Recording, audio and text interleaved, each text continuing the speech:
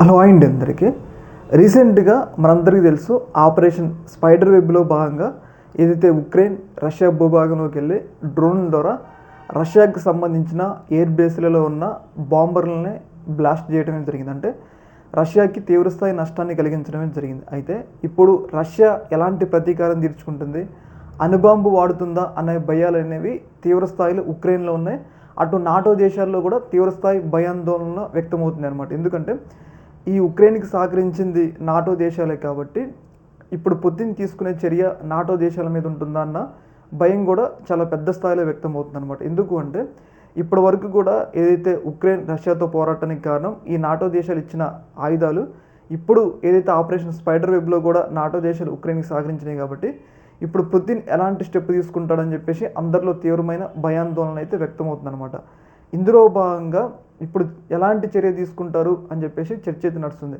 ప్రధానంగా చాలామంది అంతర్జాతీయ విశ్లేషకులు చెప్తుంది ఏంటి అంటే ఇప్పుడు పుతిన్ ఏదైతే ఈ స్పైడర్ వెబ్ తర్వాత ఆయన చాలా తీవ్రంగా ప్రతిఘటించడానికి అవకాశం ఉంటుంది. ఏదైతే అప్పుడు రెండవ ప్రపంచ యుద్ధం అప్పుడు పెరల అర్బిన్ మీద జపాన్ దాడి చేసినప్పుడు అమెరికా ఎలా జపాన్ మీద అణుబాంబేసిందో ఇప్పుడు అందరూ కూడా ఈ యొక్క స్పైడర్ వెబ్ అంశాన్ని ఆ స్థాయిలో ఊటంకిస్తున్నారు. ఎందుకంటే ఇన్నాళ్ళు యుద్ధం సాగింది, ఇప్పటికి కూడా ఎలాంటి యుద్ధంలో రష్యాకి లాభం రాలేదు కాబట్టి ఇప్పుడు రష్యా చేసే ఏదైతే ప్రతిఘటన అనేది చాలా తీవ్రంగా ఉంటుంది.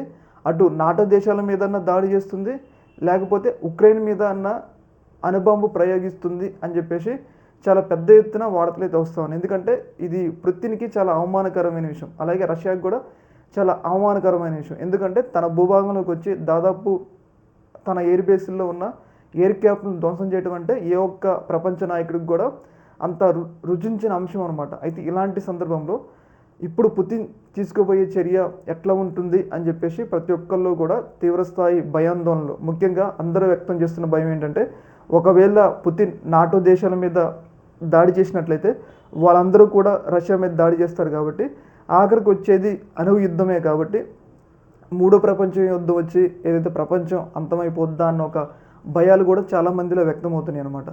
చూడాలి మరి ఏదైతే ఈ యొక్క అంశానికి రష్యా ఏ స్థాయిలో ప్రతీకారం తీర్చుకుంటుందో. అందరూ ఏంటంటే అణుబాంబు ప్రయోగించడానికి చాలా ఎక్కువ అవకాశం ఉందని చెప్పేసి అంటున్నారనమాట. కాకపోతే మరి పుతిన్ ఏమనుకుంటుండ అనేది మనకే తెలియాలి. ఏదేమైనా కానీ ఈ యొక్క అంశాన్ని మాత్రం రష్యా చాలా సీరియస్గా తీసుకుంటుంది, చాలా సీరియస్గా ప్రతిఘటిస్తుంది అనటంలో ఎలాంటి సందేహం అయితే లేదు. ఈ యొక్క అంశంలో మీ యొక్క అభిప్రాయాన్ని కింద కామెంట్లో తెలియజేయండి. ఓకే మరి, థ్యాంక్ యూ.